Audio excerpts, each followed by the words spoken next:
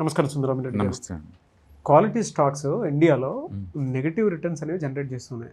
అంటే రీజన్ ఏంటి సార్? ఏ విధంగా ఉండే అవకాశం ఉంటుందంటారు?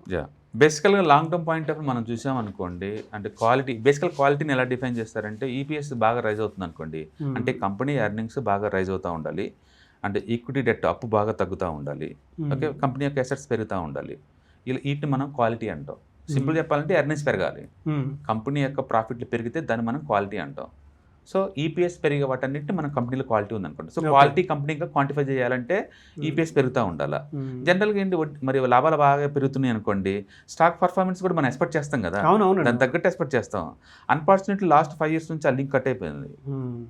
మనం చూసుకుంటే నార్మల్ బెంచ్ మార్క్ ఇండెక్స్ కనుక చూసుకుంటే నిఫ్టీ 200 అంటే ఇండియాలో ఉన్న టాప్ 200 కంపెనీస్ని చూసుకుంటే దాంతో పోల్చుకున్నప్పుడు టాప్ 200 కంపెనీలో క్వాలిటీ ఉన్న 30 కంపెనీస్ లిస్ట్ను సపరేట్ చేసినప్పుడు ఇది దీన్ని బీట్ చేయట్లేదు. లాస్ట్ 5 years నుంచి క్వాలిటీ ఇండెక్స్ బీట్ చేయట్లేదు. మామూలుగా అయితే బీట్ చేయాలి. హిస్టారికల్గా చూసుకుంటే లాస్ట్ 20 years అది యావరేజ్ మీద నార్మల్ ఇండెక్స్ని అంటే నిఫ్టీ 200 క్వాలిటీ 30 ఇండెక్స్ ప్లస్ 3.6% తోటి బీట్ చేస్తుంది. కానీ గత 5 సంవత్సరాల నుంచి నెగిటివ్ రిటర్న్స్ వస్తున్నాయి. దాన్ని బట్టి మీరు ఊహించుకోవచ్చు, గత 5 ఏళ్ల నుంచి కోవిడ్ కాడి నుంచి ఇండియన్ స్టాక్ మార్కెట్లో ఫండమెంటల్స్కి పెద్ద రెస్పెక్ట్ దొరకల్లా. అంటే ఫండమెంటల్ బాగుంది కదని మనం స్టాక్స్ కొంటున్నాం, బట్ పర్ఫార్మెన్స్ వైజ్ చూస్తుంటే అవి లేవు. అందుకని మనకి హెచ్డిఎఫ్సి బ్యాంక్ కావచ్చు, యాక్సిస్ బ్యాంక్ కావచ్చు, కోటక్ కావచ్చు, టీసీఎస్ కావచ్చు, విప్రో కావచ్చు, ఇన్ఫోసిస్ కావచ్చు, రిలయన్స్ కావచ్చు, అండ్ వీటన్నిటికి కూడా రిటర్న్స్ పెద్దగా లేవు.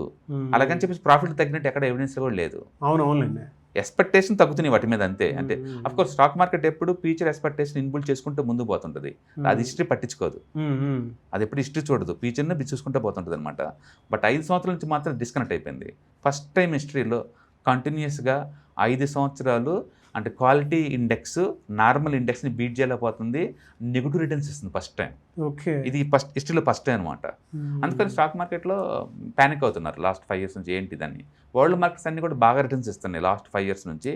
ఇండియన్ మార్కెట్ ఒకటి డీవియేట్ అవుతుంది. వరల్డ్ మార్కెట్లో ఎక్కడెక్కడైతే ఏ స్టాక్స్ ఉంటాయో, ఆర్టిఫిషియల్ ఇంటెలిజెన్సీ, సెమీ కండక్టర్స్ అంటే మోడర్న్ టెక్నాలజీ ఎక్కడైతే బాగుందో అవన్నీ బాగా రిటర్న్స్ ఇచ్చినాయి. బట్ అన్ఫార్చునేట్లీ ఇండియాలో టాప్ 100లో ఈ మోడర్న్ కంపెనీస్ పెద్దగా లేవు. మన దగ్గర ఆర్టిఫిషియల్ ఇంటెలిజెన్సీ కంపెనీస్ ఏం లేవు, ఒకటి కూడా లేదు.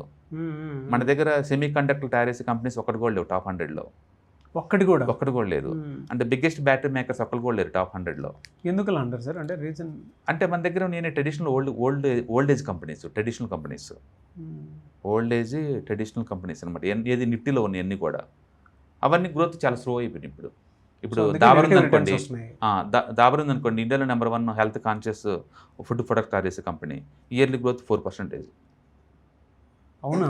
హిందుస్థాన్ యూనిలివర్ 6% గ్రోత్, నెస్లే ఉందనుకోండి 10% గ్రోత్, ఐటీసీ ఉందనుకోండి 4% గ్రోత్.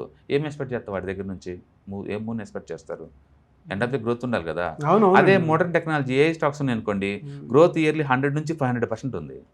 శాంసంగ్ గ్రోత్ అంత ఈ సంవత్సరం 250% ఉంది శాంసంగ్. అందుకని ఎక్కడైతే ఈ మెమరీ కార్డ్స్ తయారు చేసే companies, semi conductors companies, artificial intelligence companies అవి ఏవైతే ఉన్నాయో అవైతే 1x, 2x, 3x పెరుగుతున్నాయి. మన దగ్గర లార్జ్ క్యాప్లో ఎక్కువ ట్రెడిషనల్ కంపెనీస్ ఉంటాయి కాబట్టి వీటి గ్రోత్ ఏమో అన్నీ 10% లోపే ఉన్నాయి. అందుకని మన దగ్గర మనీ రావట్లేదు, ఎఫ్ఐఎస్ మనీ.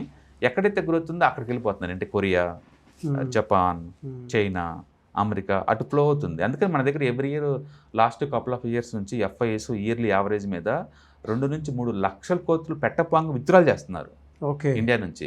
మనీ ఎక్కడికి వెళ్తుంది అంటే ఎక్కడైతే ఏఐ స్టాక్స్ ఉంటాయో అక్కడ మూవ్ అవుతా పోతుంది. ఎందుకంటే అక్కడ గ్రోత్ చాలా ఫాస్ట్గా ఉంది, ప్రాఫిట్స్ చాలా ఫాస్ట్గా ఉన్నాయి. ఈ సంవత్సరం గూగుల్ ప్రాఫిట్ 14 లక్షల కోట్లు. 14 లక్షల కోట్లు అవి. మన ఎన్ని గ్రోత్ చాలా స్లో ఉన్నాయి కాబట్టి మన దగ్గర ఉండలేదు అనమాట. 6%, 5% అంటే న్యాచురల్గా. అందుకని గ్రోత్ ఎక్స్పెక్టేషన్ కూడా తక్కువ ఉంటుంది కదా. అందుకని ఇండియాలో ఉన్న లార్జ్ కంపెనీస్ అన్నీ కూడా ట్రెడిషనల్ లో గ్రోత్ ఉన్న కంపెనీస్. అబ్రాడ్లో ఇప్పుడు నడుస్తున్న థీమ్ ఏంటంటే artificial intelligence, semi conductors theme నడుస్తుంది. అవి అన్ని దానికి మూవ్ అవుతుంది డబ్బు అంతా కూడా. అందుకని లాస్ట్ 5 years నుంచి చూసుకుంటే ఇండియన్ స్టాక్ మార్కెట్ చాలా చాలా తక్కువ ఉన్నాయి. అంటే పర్టికులర్ డాలర్ రూపంలో మార్చినప్పుడు ఇంకా నెగిటివ్గా ఉన్నాయి డైరెక్ట్గా. ఎందుకంటే రూపీ లాస్ట్ 1 yearలో 7% దాకా డ్రాప్ అయింది. అంటే ఎవ్రీ ఇయర్ 3-4% డ్రాప్ అవుతూనే ఉంటుంది. అందుకని డాలర్ టర్మ్లో మార్చుకున్నప్పుడు ఏంటంటే ఇది రిటర్న్స్ పూర్ ఉంటుంది, ఆ వచ్చే మనీ కూడా మళ్ళీ మైనస్లో ఉంటుంది. అందుకని ఇండియన్ గ్రోత్ చాలా స్లోగా ఉంది. అంటే పర్టికులర్గా ఈ క్వాలిటీ స్టాక్స్ అవి కూడా పర్ఫామ్ చేయట్లేదు. అది ఫస్ట్ టైం హిస్టరీలో ఇట్లా 5 సంవత్సరాలు కంటిన్యూస్గా అంటే క్వాలిటీ థీమ్ పనిచేయకపోవటం. బట్ దాని అర్థం అది పనిచేయదని కాదు, కొన్ని మార్కెట్ కండిషన్స్ కొన్ని అంతే. చలికాలంలో మనం చూసుకుంటే మనం ఎండ కోసం వెయిట్ చేస్తాం, ఎండాకాలం చూసుకుంటే మనం చలి కోసం వెయిట్ చేస్తాం. ఆ సీజన్ అలాంటిది. బట్ అన్ని సీజన్లు తట్టుకుంటేనే మనం సర్వైవ్ అవుతున్నాం. ఆ స్టాక్ మార్కెట్ కూడా అంతే. అది కొన్ని సీజన్లో క్వాలిటీ థీమ్ పనిచేయదు, కొన్ని సీజన్లో మూమెంట్ థీమ్ పనిచేయదు. అట్లా ఒక్కో సీజన్ ఒక్కోటి. అందుకని మన పోర్ట్ఫోలియో బిల్డప్ చేసుకునేటప్పుడు ప్రస్తుతానికి ఏ సీజన్ నడుస్తుంది దాని తగ్గట్టున్న థీమ్కి షిఫ్ట్ అవడం బెటర్. అట్లా మీకు మూమెంటం థీమ్ దొరుకుతుంది, క్వాలిటీ దొరుకుతుంది, అంటే వాల్యూ దొరుకుతుంది, లో వాలటిలిటీ దొరుకుతుంది. ఇట్లా నీకు ఏ టైపు కావాలి పోర్ట్ఫోలియో అనేది మనం డిజైన్ చేసుకోవచ్చు మరి దాని తగ్గట్టే. అందుకని మీకు పోర్ట్ఫోలియో అప్పుడు సొంతంగా బదులు ఫైనాన్షియల్ ఎక్స్పర్ట్స్ కన్సల్ట్ అయితే వాళ్ళు ఆ సీజన్ తగ్గట్టు ఉన్నట్టుని సెలెక్ట్ చేస్తారు. లేదా మీరు మరీ లాంగ్ టర్మ్ కోసం పోర్ట్ఫోలియోస్ అనుకోండి, ఈ సీజన్ పట్టించుకోవాల్సిన అవసరం లేదు. ఓకే, అర్థమైంది. మొత్తానికైతే లాస్ట్ 5 yearsలో అంటే క్వాలిటీ స్టాక్స్ అనుకున్నంత పర్ఫామ్ చేయటం లేదు. బ్రాడ్ ఇండెక్స్లే దానికన్నా ఎక్కువ పర్ఫామ్ చేస్తుంది అనమాట. Okay, very good information. Thank you so much.